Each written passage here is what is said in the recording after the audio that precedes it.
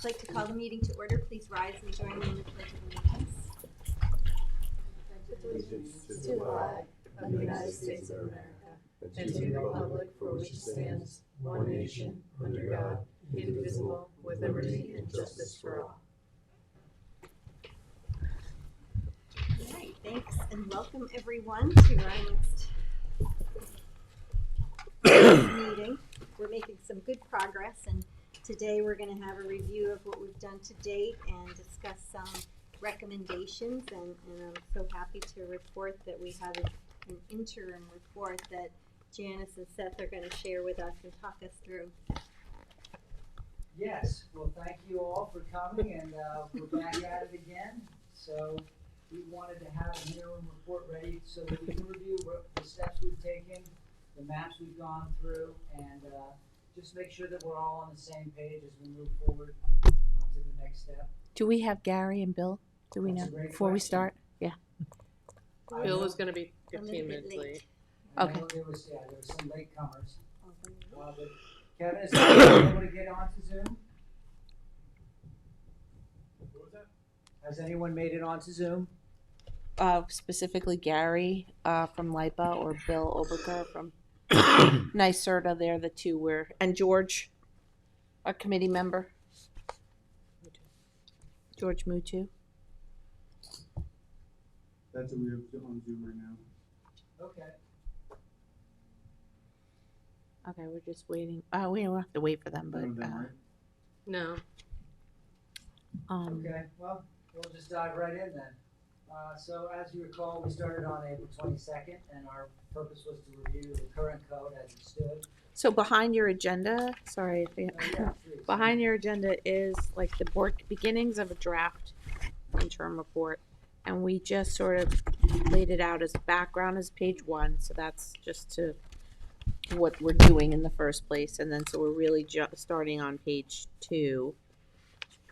And just before we jump in, the idea is to just kind of confirm that these are the things we said and are saying to the town board, because then these are the things that the town board will take it under advisement and say, yes, prepare a code that does these things. You know, are we drafting the code? You know, I'd like to get some feedback also from your colleagues on the town board that we're headed in the right direction. Mm-hmm. So as we thought the best way maybe would do like an interim report, make sure, take the temperature on that we're heading in the right direction, and then produce it, because it's a lot of work to produce a code and then someone say, why are you doing that? Like we never, you know what I mean? We're recommending things to you and your colleagues. So, you know, just making sure that's we have it kind of written out in that way. And then we just kind of want to go over, you know, those code strategies. Yeah, I think that's a good idea. You know, we've had the 4 meetings so far, and now we'll review these interim results and or concepts, and we can present them to the town board. Yeah, or we can provide this report, and then I would think the town board may then want to say, you know, get any, I don't know what you want to do. You want to like draft a code and have a public hearing, or get other input from like the planning board, you know what I mean? I'm not sure how you want to go about it. So we didn't know. So I want to talk about that because we want to make sure. Something we're going to discuss is strategizing. What type of town code? There's a couple different options that we can lay out and look at. Okay. But certainly getting everybody on the same page with some of the things we determined at our initial couple meetings. As you can see, we have a list in the April 22nd meeting of 4 items. We had set out by doing the broadest level kind of concepts of how we can define BESS. The first thing that occurred to us was the minimum lot size of 40,000 square feet for the smaller facilities. That is open for discussion on if we want to do any scaling, which is something other municipalities have done. You may recall also that Southold, we had their like sort of working group, and they did a little table of other towns, and everybody seemed to be aligned at 40,000, like our colleagues our adjacent. So they had Brookhaven, Huntington, Islip, and Riverhead, and Brookhaven and Riverhead, and then I think I don't know what they came out with in the end, but they all were saying minimum lot size of 40,000. So are we still all, I know I was hoping Gary would be on here, but we can talk some more as we go through these, but that was one of them, to confirm that the minimum lot size to have this, and we're talking about under 5 megawatt, would be an acre, or maybe it's 1 megawatt is 1 acre, you know, like we talked about, and we've come to it later, like a supermarket having battery storage for their own kind of use or some kind of commercial use, up to 1 megawatt, and then anything above that is sort of a different tier. So, go ahead, Seth. I'm sorry, I keep interrupting That's you. all right. I think that's a great point that we should try to flesh out a little bit more. But we could certainly also throw out there, is the battery an accessory structure to an existing use, like in this commercial case, where there's some different maybe regulations we could play with as an accessory. However, one of the things we obviously did at the beginning was to prohibit battery energy storage in R60 and R80, and we wanted to look and see what that would do to how many parcels were still available once we took those out. And I think we went through quite a few maps showing that there was sufficient sites throughout the town that could accommodate BESS at any scale without including the R60 and the R80. So this map in particular does not include that, for example. Yeah, and that's important. I mean, not that, that we didn't come to the meetings with a foregone conclusion, but it did seem that all the indications were that let's see what it looks like without residential and make sure that there's places where it could go. And that map shows there certainly are. Absolutely. And that paired with the safety concerns, having them even adjacent to a residence became something we wanted to look into, and I think we did that. We certainly addressed that later on. As it was new and just coming out with their initial findings, the Interagency Fire Safety Task Force had just put out some initial fire code recommendations. I think we addressed those, and I have noticed that other municipalities in the state have just adopted that draft language and run with it in their own town code, citing it. If that's something, I think it's something the steering committee could work with if it likes to. If not, we could always take those recommendations and make it into their own code language. So. What's the status of that? Because this two rounds of comments came out, right, from the state. Is there expected to be another, or was that the final? That's at the end of this interim report. You'll see there was a on July 24th, the Interagency Task Force announced that they're going to adopt a new rule. The Fire Prevention Building Code Council will amend the Uniform Code and Energy Code. So I think it was just the other day was the final day for comments on this. But I was hoping Bill could talk more about it. So if he's on, oh, there he is. Hi, Bill. But you're saying here the final recommendations will be not expected to be received. No, that's till us. 2025? Oh. No, the final recommendations of us at the end of this year. The Hi, Bill. Can you tell us about what's going on with the new rule adoption? Sure. Yeah, I'm happy to shed some light there. So the Fire Safety Working Group is done with the recommendations. They're now in the hands of the Code Council. And I find it helpful to give a little background on who the Code Council is and what they do, because I found that even with the Interagency Working Group, that was, somewhat new to some people in the state infrastructure. So I find it helpful just to lay out roles and responsibilities. So the Fire Safety Working Group started last August with coming up with these code recommendations that were finalized, released initially for comment in February of this year, finalized in July of this year, and they were sent to the Code Council. The Code Council then took those recommendations and they drafted code language to reflect those recommendations. And then that was released under notice of rule and development by the Code Council in July. And then comments were due for that on September 24th. So the Code Council is in charge of overseeing the code cycle for the Uniform Fire Prevention and Building Code, which is a series of code books, including the fire code, the building code, the residential code, the plumbing code, and others. So those are all state law without the need for local adoption. And home rule power applies a little bit differently when it comes to the uniform code. It's not, you don't exercise it through local law. There's actually a separate process through Department of State, whereby local authority has the power to make uniform code requirements more stringent by filing with this formal process through Department of State. So it's a little bit tricky when we get into home rule and the intersection of the uniform code, because the uniform code, again, is not local regulation, it's state law, with the exception of New York City, which is the only jurisdiction in New York State that's currently allowed to retain its own code. So that's where we are now, is the Code Council just received comments on their draft code language that they released. They're going to work with New York Department of State to go through the comments that they received during this Notice of Rule and Development comment period. They're going to make whatever adjustments they see fit to the draft code language, and they're going to release that again through the SAPA, or State Administrative Procedures Act process, which is the legally required comment period for the Uniform Code. So that will happen. We're delayed in this process now. It was supposed to be September. Obviously, it's going to be later than that, as I believe tomorrow is October 1st. So that'll, hopefully be by the end of the year, but the Code Council also has broad latitude to kind of create their own schedule. So it can be a bit difficult to predict what they're going to do and when. But there's one more comment period. That's the SAPA comment period.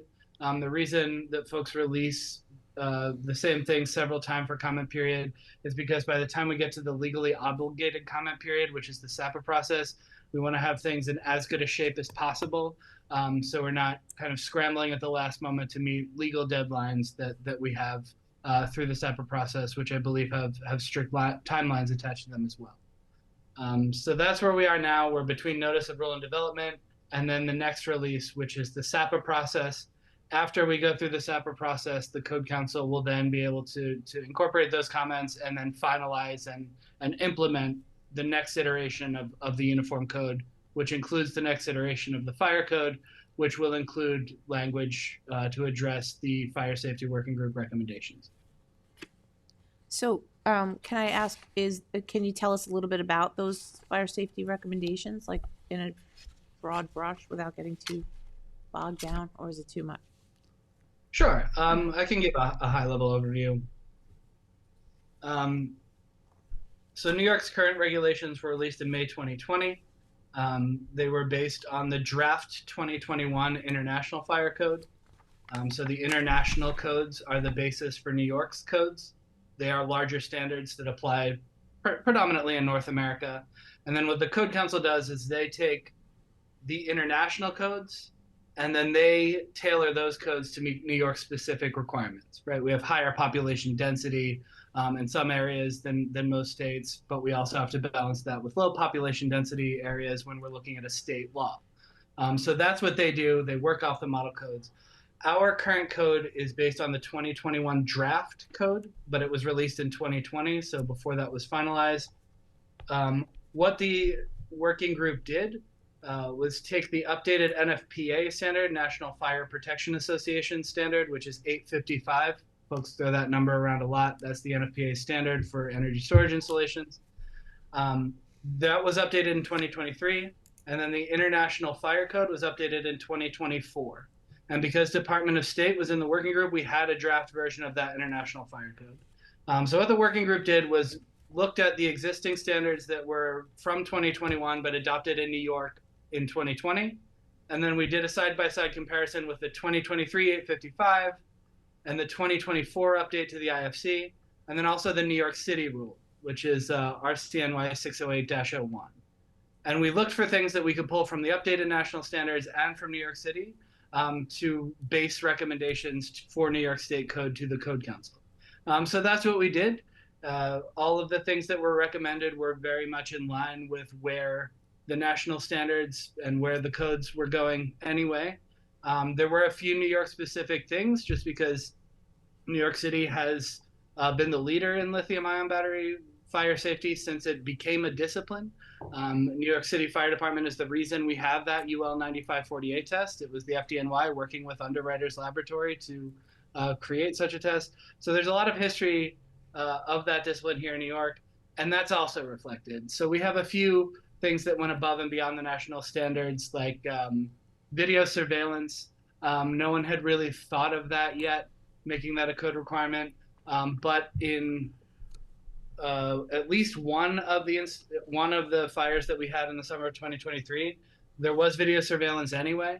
And what the fire service at the state's Office of Fire Prevention and Control and local county first responders realized was that video surveillance is really useful for first responders arriving on scene, so they can get a kind of preview of what they're heading into before they arrive on site.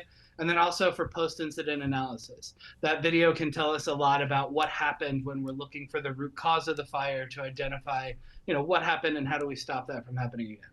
So something like that is new. New York is going to be the first to ever suggest that.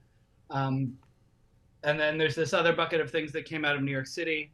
The big one there, I think, is the Remote Operations Center. So New York City requires all manufacturers to have a 24/7 manned, staffed operations center that has the battery management system, or the BMS. That shoots thousands of data points out all of the time.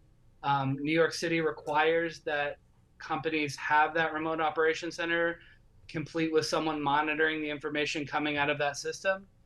We thought that was a great idea to add into the fire code, especially because most companies are doing that anyway. So it's very easy to require something that companies are typically already doing from a code adoption perspective. So that was kind of a no-brainer for us, high value and something that was kind of low impact on industry. And then there are a few more that are just taking things that were discretionary in the 2020 code. We see this language, where required by the fire code official.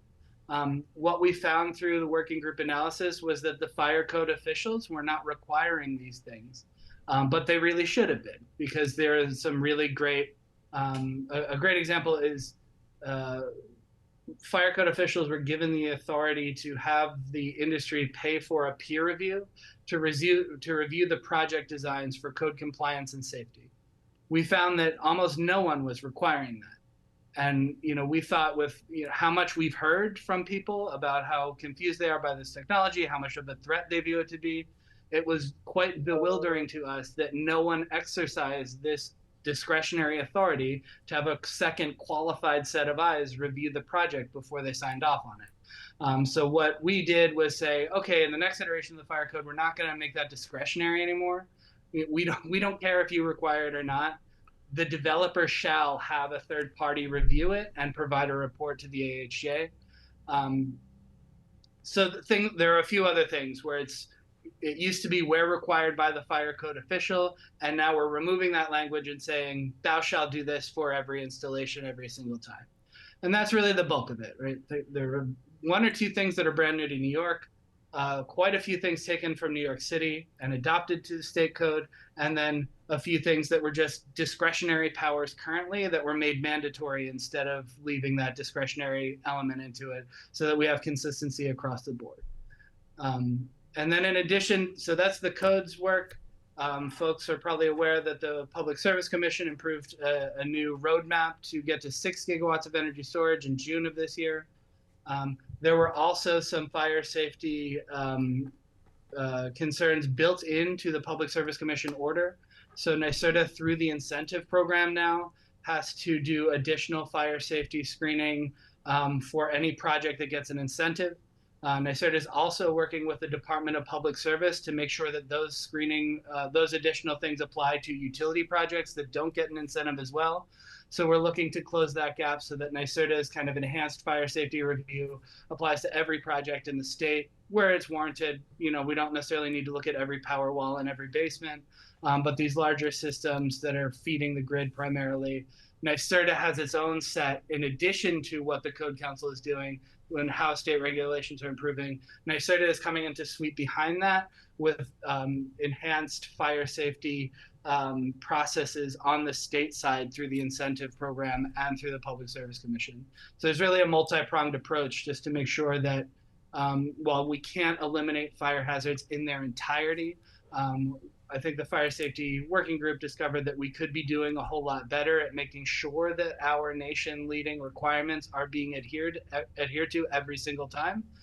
That's what we set out to do, and I think we've built some pretty great infrastructure that will all be ready to go by the time the next incentive program is released, which will be early Q1 next year is what we're looking at now.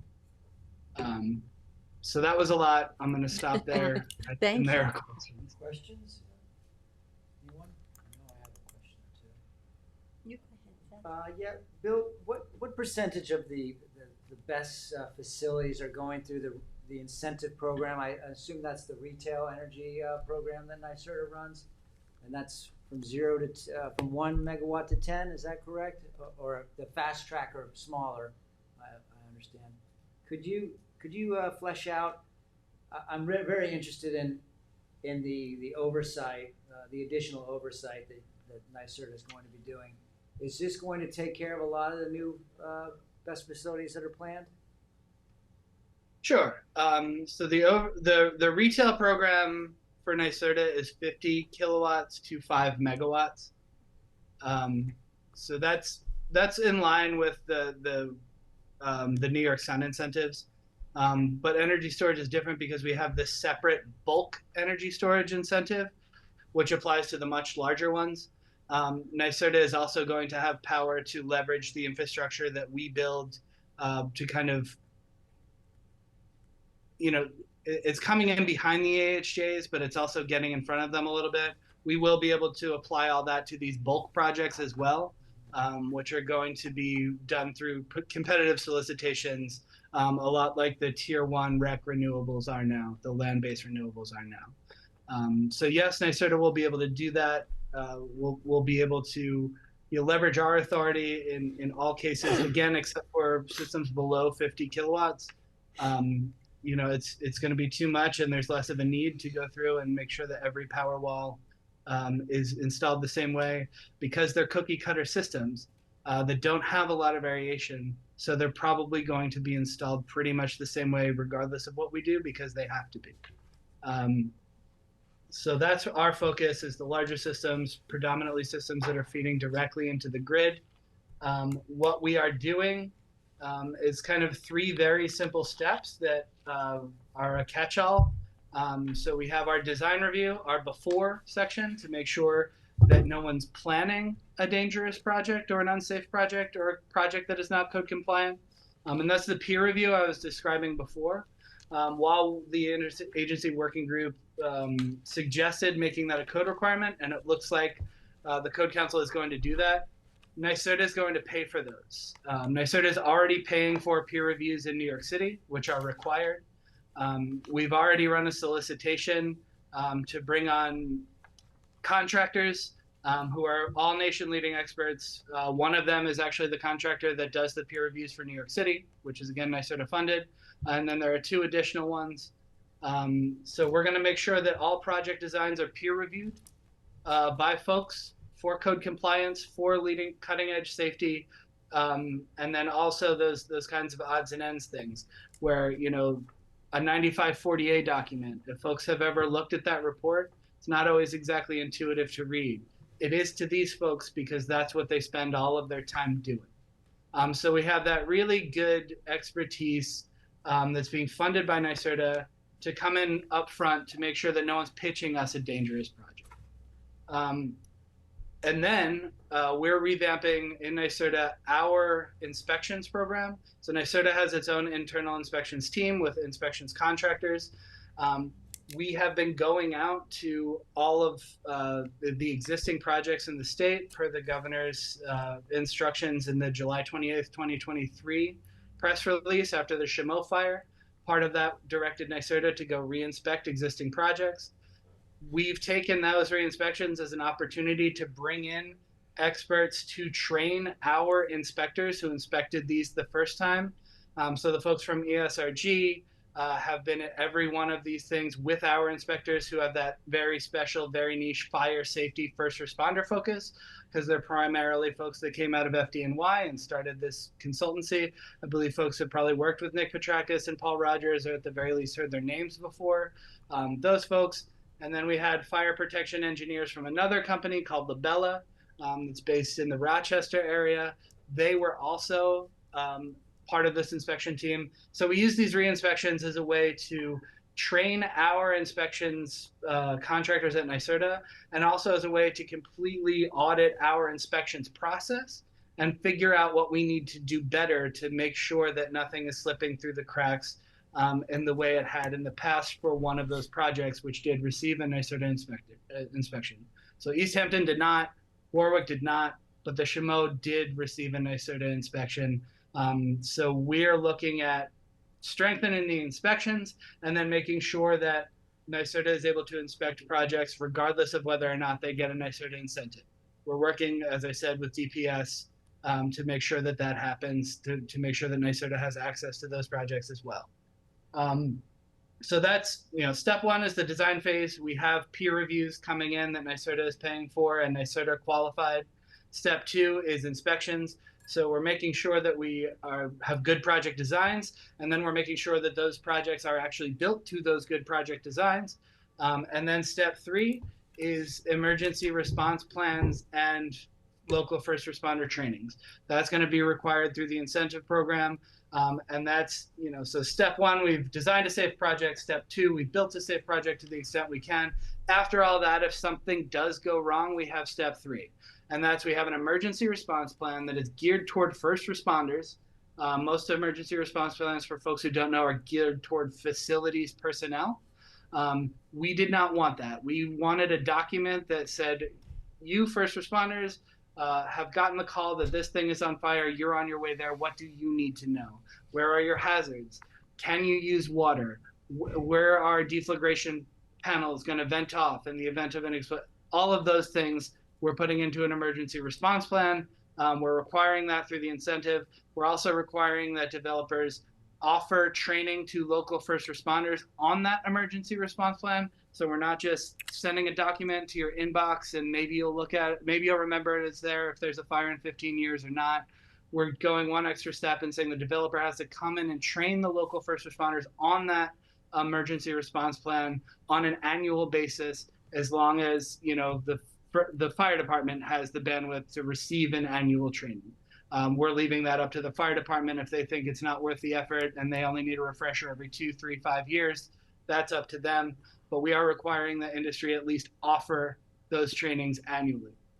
So again, step one, we have the peer review. That's to make sure that we're designing safe projects.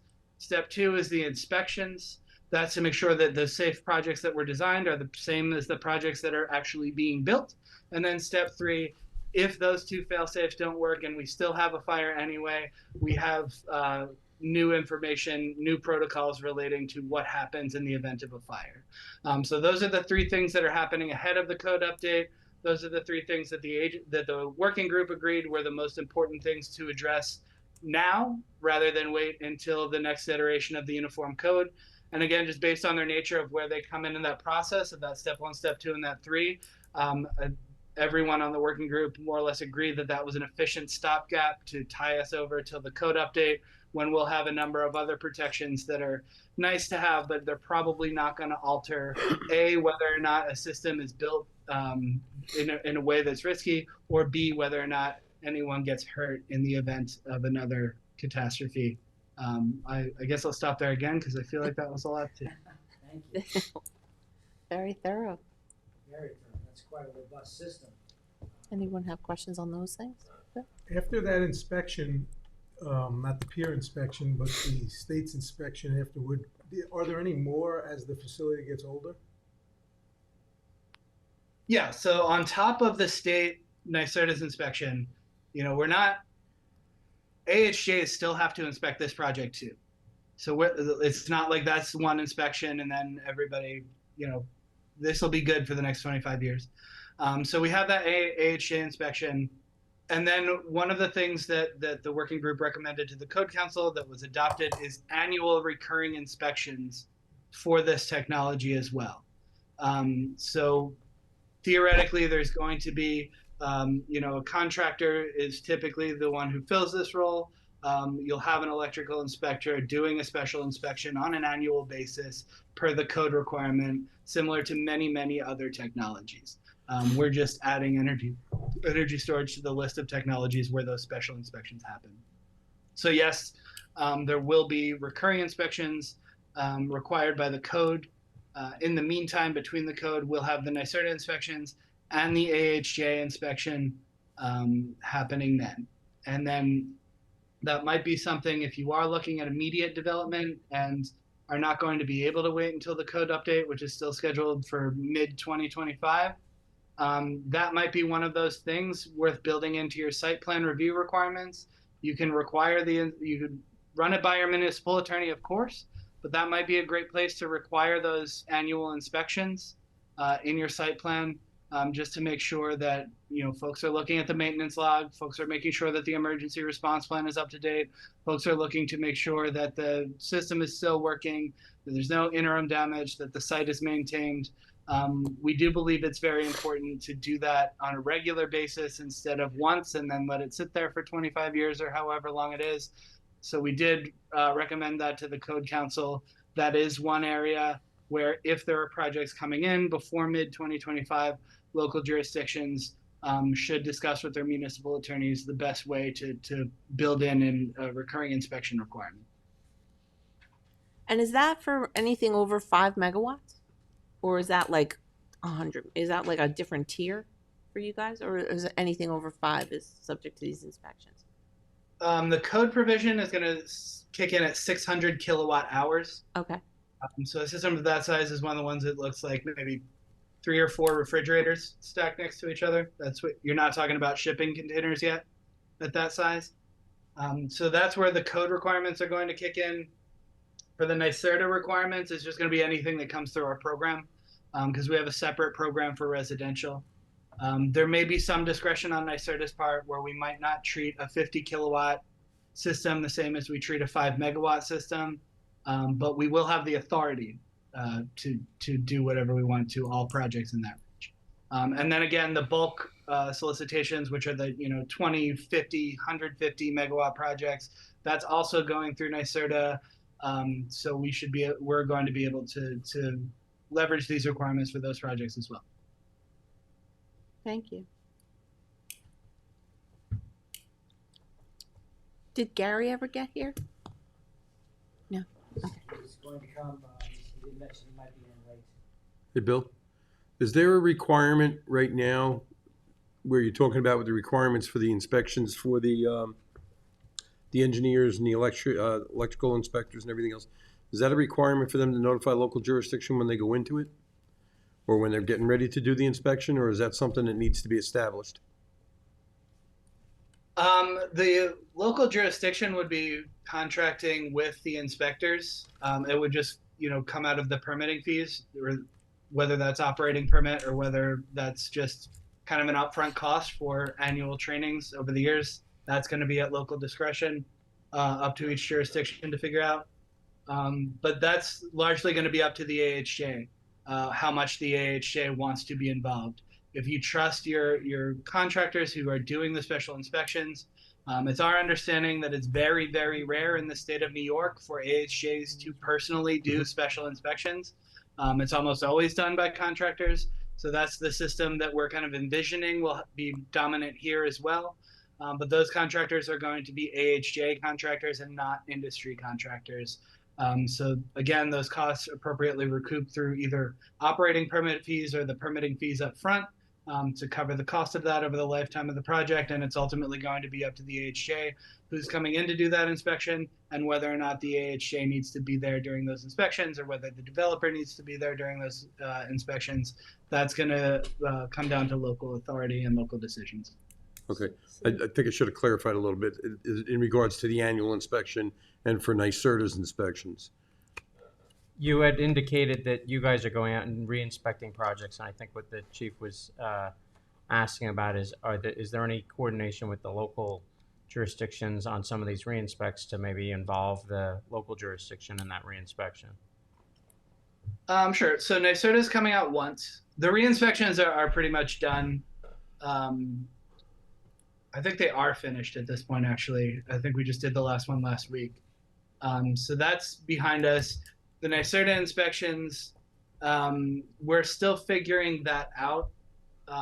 We are, if the AHJ wants to be there, we can certainly figure out how to give a heads up as to when that's going to happen. But I think as it stands right now, it looks like the utility is going to need to be there. The product manufacturer is going to need to be there. The project developer is going to need to be there. And the NYSERDA contractors are going to need to be there. So we're already kind of pushing up against, if we add any more parties here to schedule this, it's, you know, we're approaching nightmare territory there. So I think the way that we would handle local engagement there, and again, this is still being worked out, would more to just be like, okay, this is the date and time of the inspection.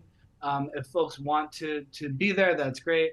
But then from the first responders standpoint, obviously that fire department training and the emergency response plan, that's going to more or less revolve around local first responders. And that will be separate from the inspections from NYSERDA's perspective.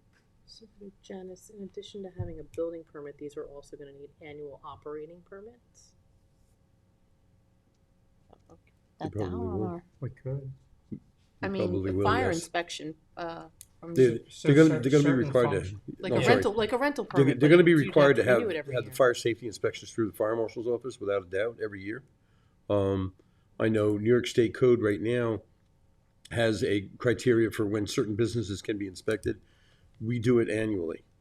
So this is going to wind up probably being the same thing. So there would definitely be a requirement for the inspection from our Well, and office. if you did an annual operating permit on it too, if it wasn't already, we'll see when the final version of the state code comes out, if it specifies that it's required to have an annual operating permit, because certain businesses under state code are required to have an operating Well, permit. he's saying we can from do the that in local- our. Right, I was just saying, we could Yeah. do it anyway, and then build in the cost for the annual operating permit to cover if we want to bring in like an outside electrical inspector or somebody else to be able to, you know, perform that along with, you know, somebody from the fire marshal's office for like the fire safety standpoint of things.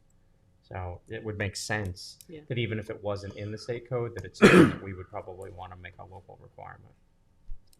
is that something we have to petition for, like you said, or that's something we can just do? If it's- yeah. What you just described is what the fire safety working group settled on. That's exactly what we intend to have happen. Okay.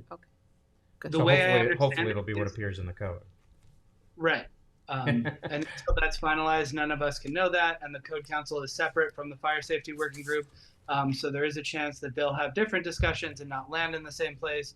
But either way, you know, we did discuss that, and it is the position of the fire safety working group and most industry experts that an operating permit is a good idea.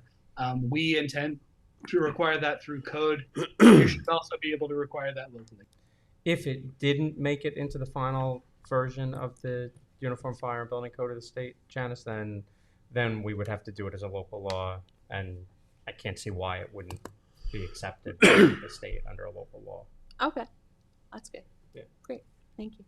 So then it would be permissible to update our fire code as a local, Yes. local law. Yes. All of the recommendations that we just heard about. That is If one we of the even need to, or strategies is it- we could take. Is that You a could, assumption? yeah, that, which has been something that we've talked about on and off, is, you know, depending on the timing of the update to the state code or certain actions that have been described here today, like may make it so that if there's a stopgap in the meantime by way of certain things that are adopted by NYSERDA, then ideally for most jurisdictions to have to go through the whole process of basically writing what is going to amount to be basically the state code anyway, nobody really wants to have to do that. So if possible to work with some sort of a stopgap measure, if it satisfies the you know, safety concerns that we have or anything like that, then it would make the most sense, and then just wait until the state code is updated that has everything in it, and basically the local jurisdictions all just take on and adopt the state code as the minimum standard anyway, so you wouldn't have to go through the process of writing entirely our own local code.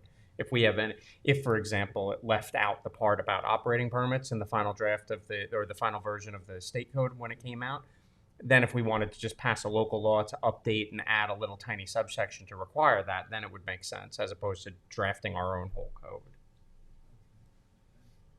There was some conversations early on about equipping the local emergency responders with certain things they need to fight, or do some, is that going to make it into state code, or is that something we have to think about still? training. The training, but I mean, like, there was some kind of stuff that was, what was it called? Something with a C. Oh, you're talking about like cell block, and Cell that was, block. I mean, cell block is more used for Car fires. EV. Yeah, it's not. I don't think it's so common. I mean, there are features of that, and it's a proprietary product, so we're not like endorsing that product over anything else that may or may not be out there. But just as an example, I don't know that there are some things that where it lines storage cabinets and things of that nature that you might be able to do something like that. But generally, that product in particular is used more for electric vehicle fires and small micromobility device fires and things like that. Okay. Instead, it's become a common use in those areas, not necessarily a larger scale, and it even has limitations when it comes to like EV trucks, where it's kind of beyond the scope of what some of their product can handle. Right. So where the last time I remembered the conversation apart from that was sort of it would just burn itself out and isolated cells, maybe, these battery containment areas. Is that still the thinking there? Because then we were talking about, well, how far away downwind do you need to be from something or another, because this is going to burn for so many hours. Is that still the idea there, that they just I think as far as the individual cells burning out, I don't know that you can guarantee that, because depending on who the manufacturer is, how they make it, how they pack it, how it's placed in there, and again, I don't know much about the manufacturing of these things. I do know that when one goes, it's a domino effect, where it goes one, then it's two more, then it's three more, or five more, or whatever. So the training on controlling these and or extinguishing these is going to be probably based on, and tell me if I'm wrong, Bill, it's probably going to be based on the training that they receive, what they can and can't do, what is going to be available to them as far as water supply, what the byproducts are that are coming off of that, and what they're going to need to fight this, whether it's provided by the manufacturer, the installer, or if there's something special other than water. And I think that's something that still has to be looked at. It's a progressive thing. Yeah, the water issue, I think moving forward is more settled than it has been. I think there were a lot of legacy products that were probably a little bit more conducive to water. Now the industry consensus seems to be, use water only to stop the spread. It's containment. It's not extinguishing the fire. That's why we use water. The thing that is true of all systems is that eventually this is most likely going to just need to burn out. The point of the UL 9540A test is to make sure that, yes, there is going to be that domino effect where one cell going into thermal runaway affects another cell, affects another cell. The unit above a cell is a module. The unit above a module is a rack. The UL 9540A test is supposed to show you that this fire is not going to spread from one unit to another. So there should be no more than one unit that is affected by this fire. Obviously, unless there's an external cause that causes a meteor hits it or whatever and knocks two of them, then that fire isn't propagating from one unit to another. There are two separate fires that were started in those two separate units. That's actually what we've seen most frequently, is that the energy storage systems are there when there's a fire anyway, It is less common for them to be the cause of the fire. And I think that's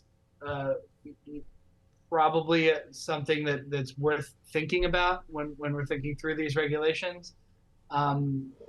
That's also why that having someone who understands what that 9540A report is saying is crucial to have in your corner.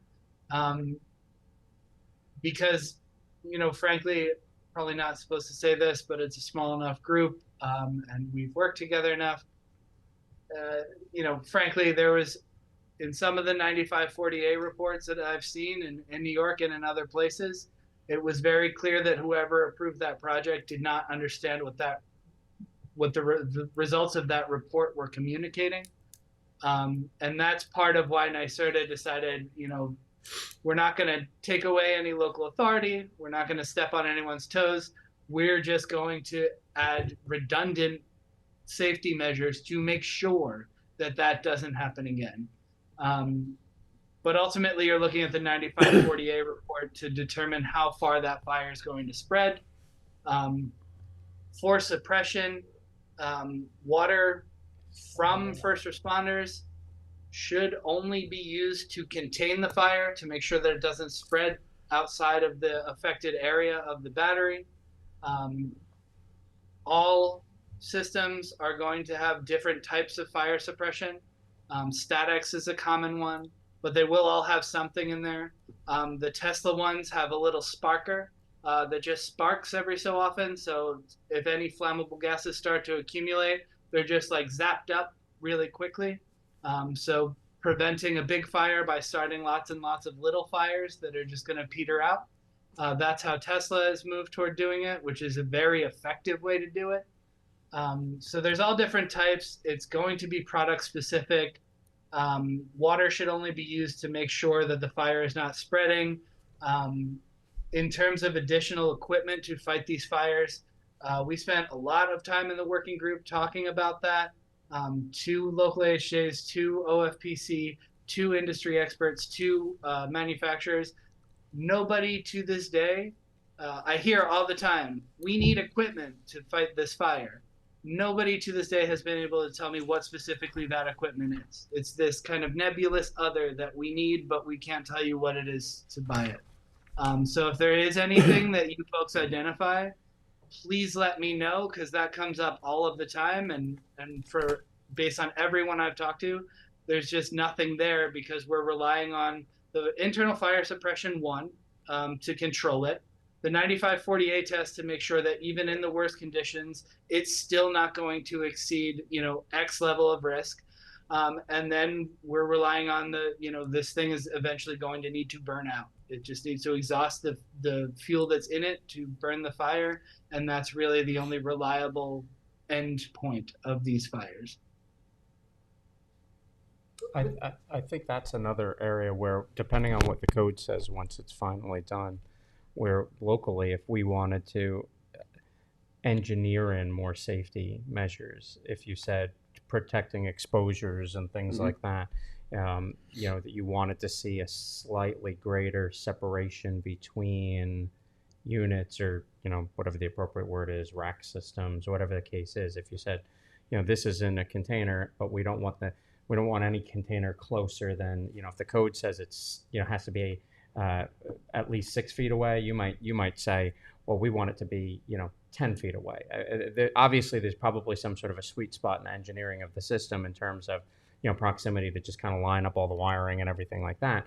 But if you wanted to try and, that's where I would see us potentially making some little local tweaks to it to engineer more safety into it, that we would, isolate it a little bit more. That if there was a fire in one, it wouldn't spread to the next one over, or whatever the case might be, so that you could let it just do what it needed to do and burn itself out. You also needed site specific so that the fire department can get in there and get water on the surrounding units. And which leads me to, I sent this to some of you. I don't know if I sent it to the whole group, but this was shared with me by a resident. There was another BESS fire in California 3 weeks ago. I guess the system did exactly what it's supposed to do, what all these fail safes are in for. It stayed contained to one unit and it burned itself out. Fire department was there spraying water on adjacent units. Interestingly enough, it was 103 degrees while the firefighters were there for 2 days spraying water on this thing.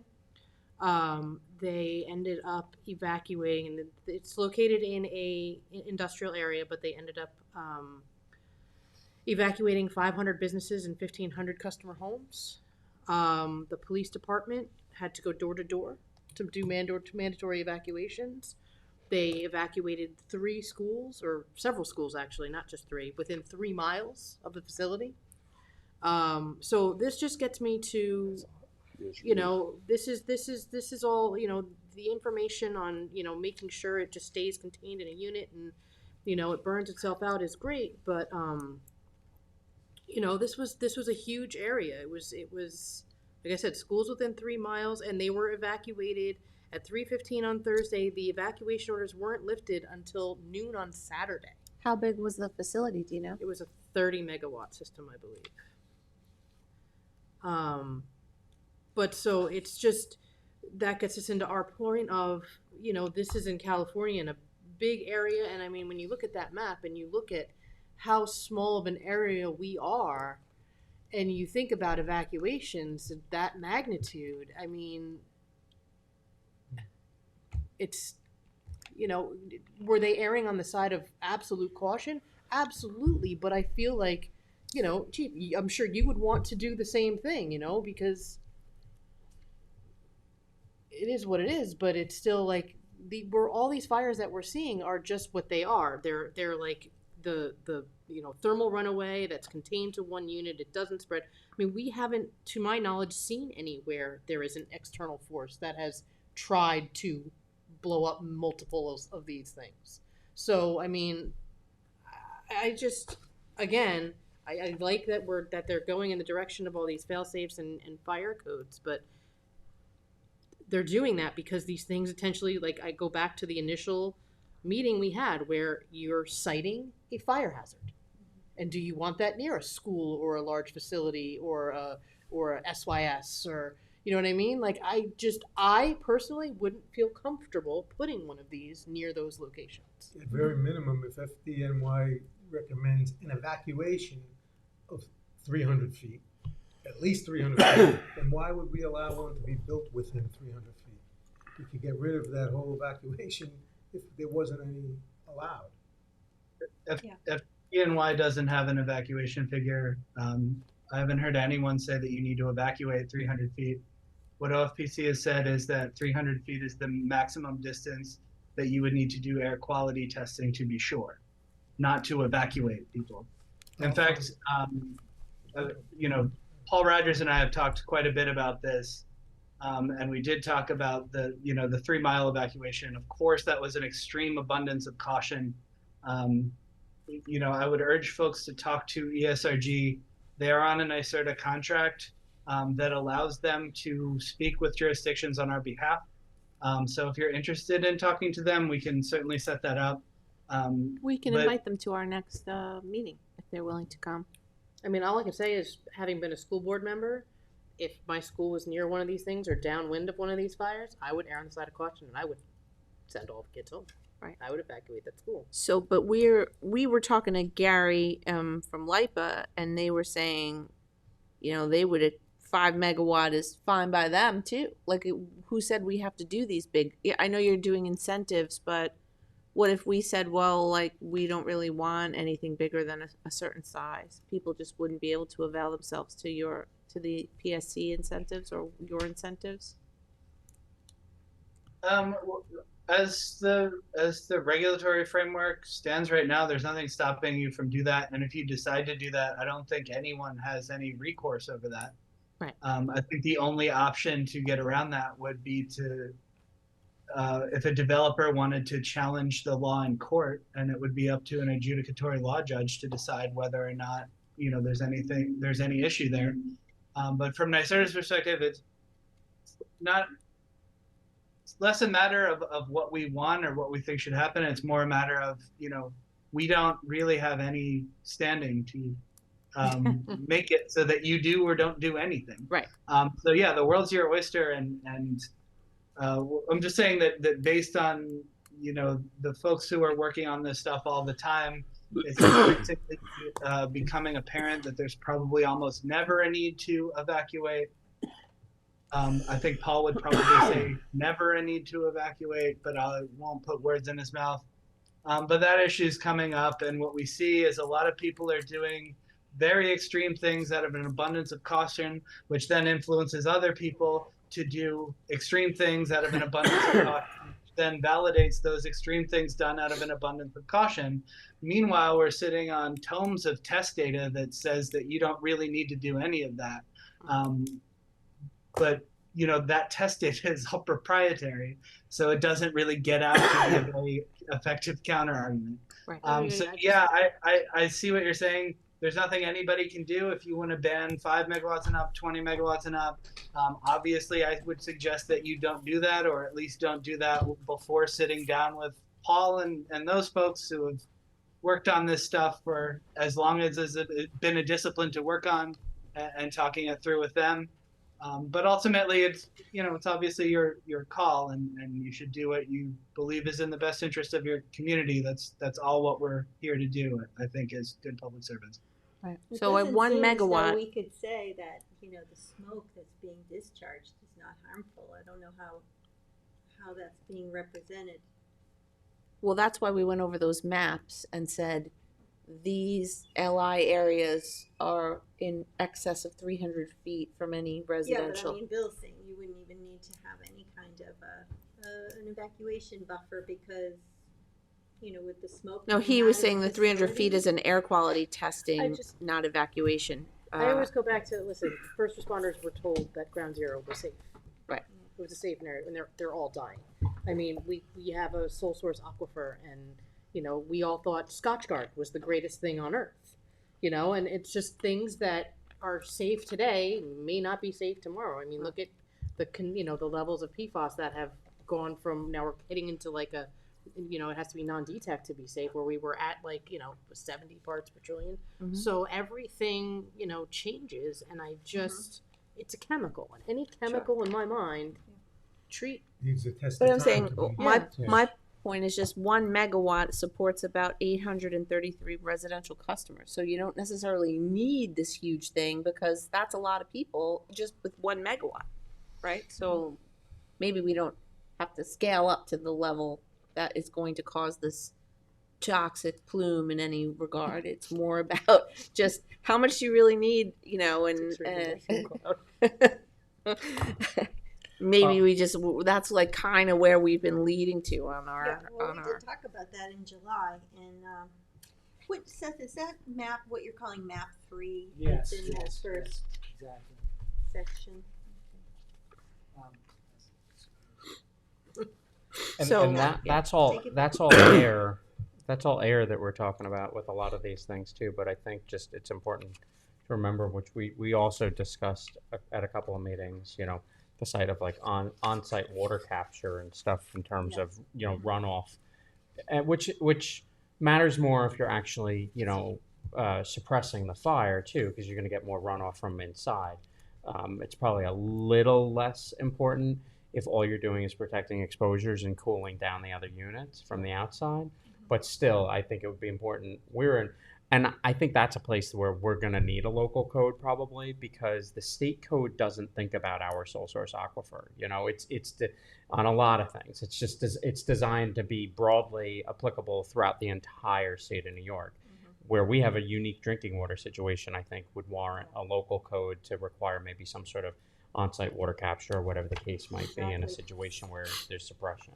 You're going to have, the water is going to be Right. bringing We don't know if chemicals down. if we're not sure what's in the air, we're also not sure what's in the water that's used on site. So it would be worth it to just kind of hold on to that, whether for testing purposes or just to have it taken out afterwards so that it just doesn't make its way down into the ground. I think it was the code in Washington that mentions the aquifer, so we could certainly look to Yeah. that. I think it was Arlington, Washington, when I was glancing through that. That today. Arlington draft was not bad. I mean, it's and even on the one section, it might be easy for us to just take some stuff on if we did it similarly, where it just the general requirements were basically listing the current standards.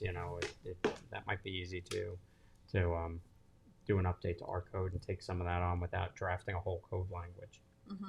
That's something I passed out or sent in the email. I do have some here if you wanted to get into the Arlington code, but it does mention the sole source aquifer, yes.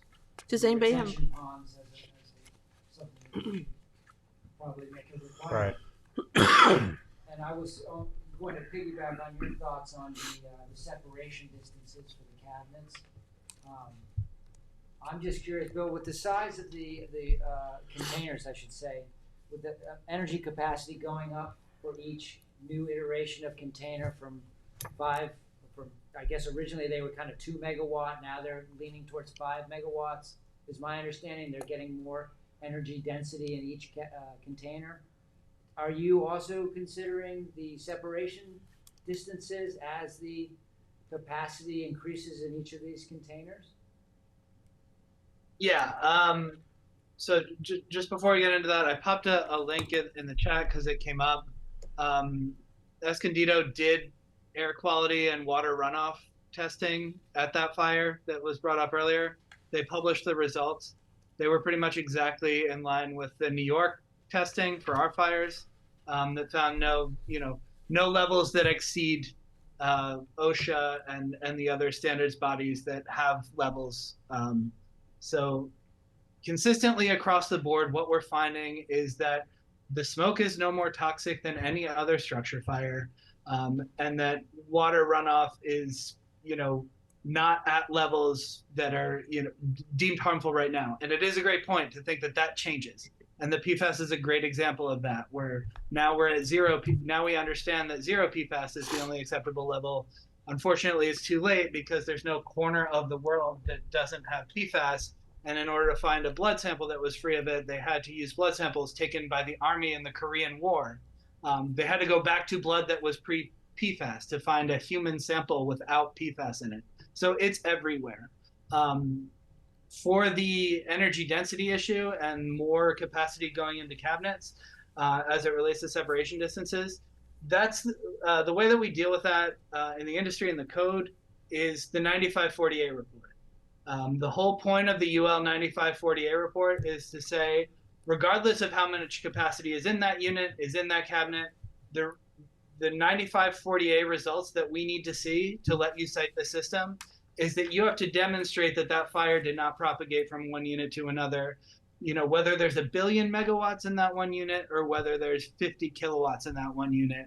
What we're looking for is how the fire behaves, and not necessarily the capacity. So if you have a fire suppression system that keeps a 5 megawatt cabinet of 5 megawatt fire contained to that unit, that's going to be a good 9540A test result. If you have a 1 megawatt cabinet and the fire just goes all over the place and spreads to other units, that's going to be a bad 9540A result. So it's less about the size and separation and more about what does the data tell us about how this specific equipment behaves when we induce the exact type of thing that we're afraid of happening in the wild. We're going to make that happen on purpose just so we can observe what happens to it in that situation. And we're going to make our decisions based on that. And that's how the separation distances are dealt with in the code. There's, I believe it's 3 feet is the default, maybe, and 6 feet in some cases. And then there's this exception that you see all over the code that says, unless the results of the 9540A report justify a lesser distance. So the code defers to the data. And does less reliance on broad rules that we expect to work for all of these different products. The code says we care about what product you're actually using, not what the other products do. So that's how that's dealt with. Okay, thank you. But just like other sections of code, take base flood elevation, right? BFE plus, you could always enhance it and do a little bit of extra just to engineer in some extra safety measures on it. Give some extra operating room for, fire department or emergency personnel on site between containers where you're going to be in like this reflective high heat area or something like that because of the bounce that's going to be created in there. So there's nothing wrong with doing, taking the same model of like BFE plus 2 or whatever and doing the same thing here and saying separation distance plus 3, whatever it is. You're talking about a couple of extra feet on the ground between things. It shouldn't be a deal breaker for whoever the developer is that wants to put it into the site.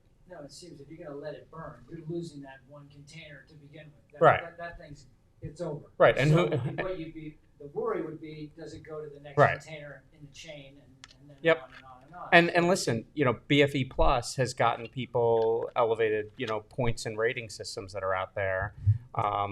Who knows? The same thing could happen here too, in ISO ratings for insurance, fire safety ratings, where if you're a jurisdiction that we don't know where that's going to go, but at some point in the future, maybe if you're a jurisdiction that has a greater separation distance, you might get a better, ISO rating for fire response in an area or something like that. So it's not a bad thing to consider anyway.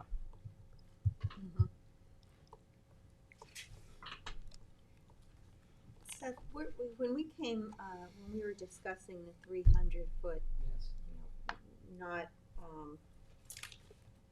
radius, lot line to lot line from a residence, a school, coastal evacuation route, places of public gathering. Where'd that 300 come from? I mean, because I know that Southwold That was had that air monitor. quite a larger number. That was that air monitoring. It's a dissipation of toxic fumes. By 300, they're not bothering. We kind of just made that assumption. If you're not testing, it's dissipated to so much that it's not It's a not threat wrong. any longer. But So, I think you should. I think if the testing is required out to 300 feet for air sampling, then you would.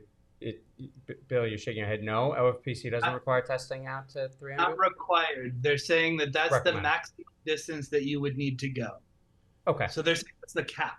Okay. on the If you were testing, Yeah, you if would you go were to gonna, 300 yeah. feet. So if that's part of their would wanna go beyond recommended cap out to 300 feet, then yeah, you would. Where I was going with that is then I think you'd want to be a little bit beyond 300 feet, That's right? what I was If thinking. that's an area that we might want to still be testing the air in, then we might not want to have somebody within that area.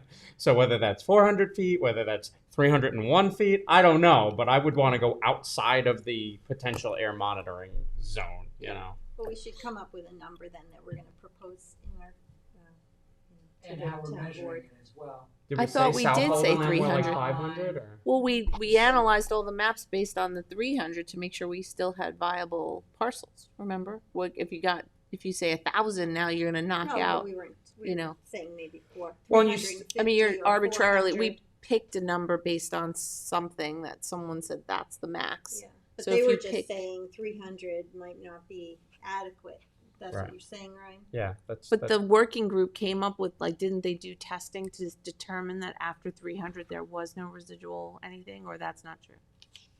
All the testing that was done by all the testing that was done that the working group reviewed was much closer than 300 feet, and there was no harmful level of toxin detected any. These guys were measuring at the fence line of the project, and there was nothing outside of the fence line. During the OFPC said 300 feet downwind maximum. That's the highest they would ever expect that you would even need to test. Yeah, so I would want to still be beyond that. Just beyond that, just You to know, have Whether a number. that's 350, whether that's 400, And it probably still doesn't take out many of these Yeah. parcels. It just situates it into the parcel. Like the parcel might still be eligible, but you don't necessarily want to be at the outer boundary line of the parcel. Well, the way we measured it was from the property line of the parcel, because otherwise we don't know where they're locating the facility within the parcel, and now we're just speculating, and so it was Right. just easier. So we do have more than 300 feet. I would think that any parcel you identified as meeting the 300 feet requirement Would be. would Would still work. be a viable parcel. If we You would just regulate have where it they build it. set in off the parcel. It would You would have regulate you would where have a it would have They're to all go on gonna the have parcel. setbacks anyway. Well, we're saying 25. the 300, Yeah. the 300 that we're designating is taken from the property line, so it's probably more like 350 already. Right. right. So if Right. it But already we just is might need to built call in. out that setback in the code if Right. we, when you in zoning or whatever. We just said it's easier, and from a GIS perspective and everything else, to do lot line. Sure. But we could say setback from the facility, Well, lot and line that is will fine. give you that Lot extra line 50 is Yeah, feet. lot- fine, but For this study and development of the map, the lot line works fine. Yeah, 100%. It's got to be the easiest way to Yeah, identify. I mean, you're not that. gonna let them cite it right on the property no, line. but Right. they could. But they Right, so could. we built in a buffer as it is, Yeah. is what I'm trying to say. It's not, Yeah. I'm not saying it well, but we did try to build it in. Well, That's is the there May a 7th. buffer that's required? Or not, cause it could, if it Yeah, could you're be saying close to the- 300 feet No, from. No, there's setbacks to on the property, residential yes. lots.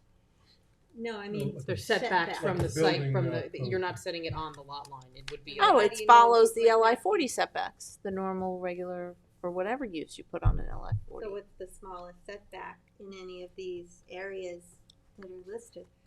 Could it Well, I be don't know off a the top of zero my lot head line? the LI setbacks. Is It would have is to it 50 feet or? Cause if it's not, we could always just say 350 feet based Right. on the conversation we're having and then not worry about it. No, no.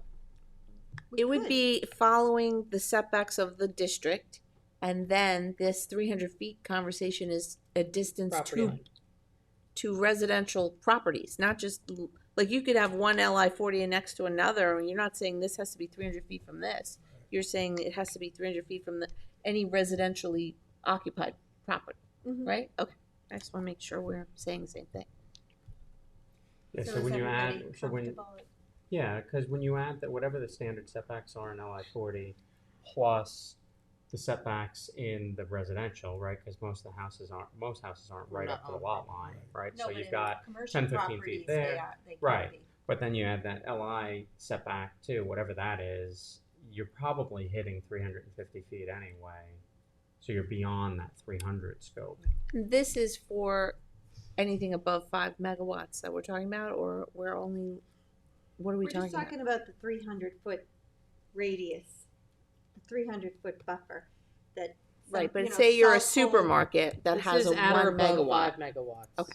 So Good, Southold is at like 700, and I was And we just were, wondering we where weren't did just that doing come residential, from? we were doing schools as well, right? Yeah, schools. Any high Housing occupancy Community Did we, structures. I think we have to just revisit our maps, but that was from May 7th. Yeah. We did an application of 300-foot buffer to residential lots. And I think we did include schools and, Yeah, and then But we don't have identified, to pick the properties that fit. All we have to no, do we is were say, trying to make sure that What- you yeah, are what the leaving requirements are. some amount of area that makes sense for this use. Otherwise, if you zone them out of existence and they can't be there, then, it's like a pointless exercise. So we want to make sure there's at least some here and there that makes sense up to a certain size that you want to do. And Yeah, whatever using size the that is. 300-foot buffer, it was fairly limited. I mean, we went through many maps and we're like, this doesn't work, there's a residence here, there's a residence there, the highway office, that doesn't really, we don't really want it there. So we have been restricting the number of lots. The 300 seemed reasonable, but it wasn't well defined as just property line or the center of the property. Certainly we could, I think the steering, we can Here in play with B, that we did say lot Let's- line to lot line. lot line. Remember Ross, when GIS was telling us it's Sure, we really can hard. use that as like kind of the guiding principle, but then refine it further. Within the Okay, group. I mean, you just gotta, again, do that exercise or just come up with a standard, but I it mean, may but be there that someone then goes for a variance. We were trying to make sure it worked before we codified something that then people and then go to the ZBA. We don't want that to happen either. no. But you were at one point suggesting that we eliminate properties that people would have to do, like it would be too expensive to do an underground connection. Yes. And I was saying we shouldn't consider that. It's up to the applicant. So we Right. shouldn't eliminate those properties just because it Mhm. might be too expensive for someone. 100% agree. Certainly, and it was only a methodology. We were trying to grab the most likely spots that would fall on the transmission or distribution line. Nothing precludes an applicant from running a transmission bridge to whatever part of the town if they're so inclined. Yeah. With permission, of course. Well, we were trying to then tier these things, and 600 kilowatt to 1 megawatt was sort of like the retail, smaller, like if you were a supermarket and you wanted to have battery backup, that would be something that you went to the planning board for, like a commercial thing, or the residential Tesla wall or the battery. That's fine. This whole thing kicks in when we get over 1 megawatt, I think. right? We said over one, the one would be one set of Well, on rules. here it says planning board is 1 to 10, and I didn't think we had said We that. didn't realize that everything is like 600 kilowatt. We were trying to be like, let's just Okay. start at one, but we came to find out, right, Seth, that the 600 had a meaning. It was part of the fire code, so we weren't going to just jump to one because we had no basis to do that when the fire code is talking 600, right? Does that make sense? Gap in the code between 600 and 1. So we now want planning board to is keep anything 600. above 1? Bill, you could probably speak to that better than me. I just want to add that the cutoff for residential in both the residential code and the fire code is 80 kilowatt hours too. So those are the lines that are drawn by the fire code. 80 kilowatt hours for residential. Nothing bigger under any circumstances can be a residential. And then 600 kilowatt hours is the threshold for the MAQ, or maximum allowable quantity. That maximum allowable quantity serves as a trigger for many other components of the code, like the required UL 9548 test that I keep talking about. That's triggered at 600. So you don't necessarily need that below 600, although that point is moot just due to changes within UL. But yeah, the 600 kilowatt hour is a trigger for a bunch of things in the code, and then the 80 kilowatt hour is your max residential system. The code doesn't make any distinctions above 600 kilowatt hours. So So we 80 to had that 80 is- originally, and we never anticipated that. We were like, we used the original NYSERDA code, model code, and said anything over 600 kilowatts and above, and never set a threshold there. And that was what caused all the consternation in the first place. So we're really trying to drill down on like, okay, up to 5 megawatts or up to, and then anything above that is like a town board action where you're talking about like almost akin to a zone change. It's a whole different ballpark, and we expect some kind of community benefit agreements and other things that come into play to host that. And does it have to be coupled with solar? Excuse me. So- you brought out a great point. Excuse Is there a level that you think the planning board or the town board should be engaged? Well, so 80 is residential, and then 80 to 600 would be like your small commercial. That's the retail, yeah. So maybe Yeah. when it hits that 600 threshold and it requires all this extra stuff, the town board should be involved. Yeah, because we were originally looking at how those. 'Cause then Remember you're that little talking about- chart we had Then you're where talking about the operating agreements, you're talking about all this other stuff, so I would, once all that stuff kicks in over 600, I would involve the town board. we were thinking, and we could do whatever you want, but we were thinking 600 to 5 megawatt is board. planning board, like a special exception, and then anything over 5 is that whole town board. Because I thought we were saying behind the meter is less than 5, but if it's 5 and over, it's front of the meter. That's what my notes say. So I don't know. That's right, but the question is, how do you want to tier the review? Right, so you want to say, okay, we're not even talking about residential because that's covered. It's 80 and that's it, up to 80. 600 kilowatt hours, and we used to say So and now our- above. our Now we're code saying only- 600 to 5 megawatt max. And then we're gonna do like, what, 5 to 10 town board? 5 to 10 or 5 to 20 and then stop if you want and say anything over 20 has to be coupled with solar and then has to have community benefit. Because remember ORES gets involved then, and then But we were saying in ours, we weren't gonna allow anything over. you can stop it, right. So we could say, we can see, it starts, once you get up to 20, the PSC comes along and they take, like they're the reviewing power. So you may say, we're not doing anything over 10 here. Or 5. I don't, know what you want to say, but like. Or if you can do just over pick- 5 or something like that, make it that it has to be part of a renewable energy project.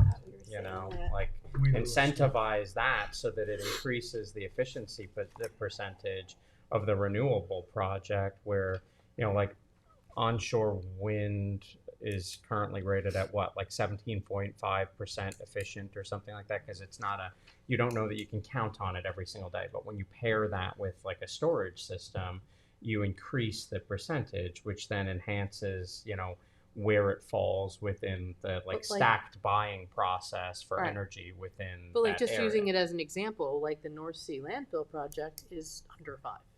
Right. That's a big solar project. Right. So I don't know where you're gonna place a 10 megawatt solar project. You're probably not, but maybe a sand mine. I mean, that's where we're, getting them. Or wind, or you could have wind. I mean, you have offshore right now with coming into East Hampton that, if they wanted to put, say, battery storage on that so that it captured it and made it a more reliable source, you might have an interest in something like that as we go forward into the future. Who knows, what wind projects might come up. There's still a lot of land off, New York and the Bight area and all sorts of places that is available for wind development. So you really, you don't know. Or we just take it slow and say we only want to participate in the retail storage. We want to cap this at 5 megawatt. Listen, when you consider That's it. the Until time goes on and we have a Yeah. few of these and we go, okay, now we can, figure when out you more. consider that PSCGLI's territory has 25 megawatts total in storage right now or something to that effect, adding a couple of 5s or something would be a huge step in the right direction towards them trying to accomplish their goals. People Right. should still and appreciate that. It doesn't have to be 100 megawatt or bust. Well, that's what Gary was saying to us. Yeah, he was liked saying the we'll idea of we'll take smaller ones if that's what you're willing to do. I mean, they we're just almost need Out more. of time. Okay. But I just wanna I think we have a lot of information, and I think we should maybe have just an internal meeting.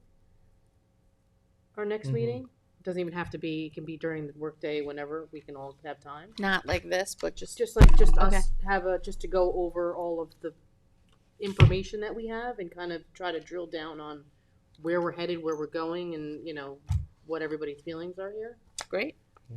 Yeah, because we can't. We have a lot more information. Put a draft of something forward for some public comment before it goes to a official code public hearing, and then I think if we got some public feedback on a draft of where we were thinking of heading with this, and got the community's feedback on that, I think it put us in a good place to then get a code for a public hearing process. So part of our agenda today is just to kind of lay out some more times for the next meeting is supposed to be a public meeting, so we would I have think to we should plan have an internal meeting interim, before we have to. then the public one, and the public one could be us being like, here's what we're gonna recommend. Yeah. And they say, yeah, good, or no, or We whatever. have to get that out ahead of time. What we want to recommend to the town board in Right. an interim report.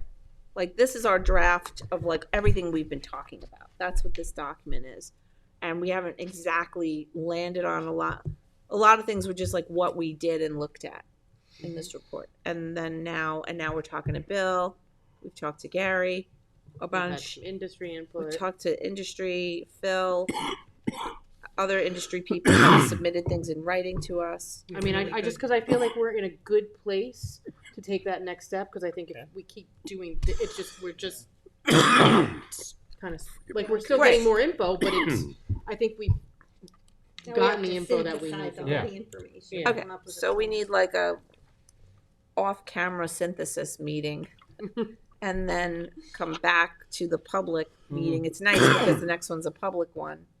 And then we'll have something more solid, taking this and saying, we looked at all of these things and out of everything and talking to everyone, here's what we are going to recommend. We have a date for the public meeting.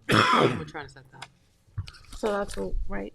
Do we have any We dates? don't have, I'm just thinking out loud, we don't have to necessarily have the public one next, we haven't set a public meeting. Our intention was every third, that was our intention. Every what? Every third meeting. Well, we have till That was the just a general moratorium idea. again expires in February. So, and I have a, But I feel like if we now meet internally, I mean, we don't don't even have to set the public meeting today. I mean, okay. we can meet internally, see how that goes, and see if we need more info, or if we're comfortable, putting something forward for the public to get a look at what we're thinking, and then set that public meeting. It doesn't even have to be in the next several weeks. I mean, it can be next month. Okay. But it's So- good so to we get can into among- the town board too. Yeah. Keep it rolling along. Next month is tomorrow. All right, so in the next couple of I said it weeks, doesn't we'll have to be figure it in out, the next because month. we all have very busy Why? schedules. We're never gonna figure it out here, but we can figure out a date on email Yeah. for us Yeah. next. And then we'll do a public meeting shortly thereafter. Yeah. Hopefully by the end of October. Yeah. Okay. Great. And We then, don't have to wait till February if we, well, by the time you publish a yes, code, and then do the it's gonna be, hearings so. Yeah. Okay. And that's a great idea. I wholeheartedly support that, because we're inundated. And every day we find more stuff. But there comes to a point where you have to like We have analysis paralysis, so we need to wade through what make you some have, decisions and make some recommendations, and make sure the maps we have are accurate. And then we can for what we always, have. I think we should invite the what was that called? ESRG, if they could come to our next scheduled meeting. We can tell you the dates, Bill. Yeah, that's great. I'll reach out to them as soon as I know. And they're Long Island guys as well, so it shouldn't be too much of an issue. I know people. I think they were helping one of the applications, so people were keeping them at arm's length. But I think it's important, if they've been working on this with NYSERDA and the interagency task force, we should talk to them. Bill, thank you for everything Thank you. you shared today. It was super helpful, as always. And Seth, thank you for everything you pulled together too, or you and Janice pulled together. A lot It was of very, the pulling from other areas, learning from other experiences is always valuable. My pleasure. Much appreciated. and we are reading The opportunity to be here. I can do more. You only get the cream of the crop. There's a lot out there. Thanks for doing that pre-sort Filtering, for us. yes. Yeah. If you want to send more, No, I will keep combing through the other municipalities and seeing what they're up to. And I do think that Arlington one is a 2-page on BESS. It's a must read for the steering committee. It's a great code, quite honestly. So maybe we can adopt some of its provisions and we'd be in good shape. Michigan too had some good work. yes, it did. Thank you for calling. Thank you. Thank you, Bill. Thank you, Bill. Thanks, Sal. We'll see you next time. We'll give you our updated time. Hopefully you can make it again when we're really delving into our code. Sounds good.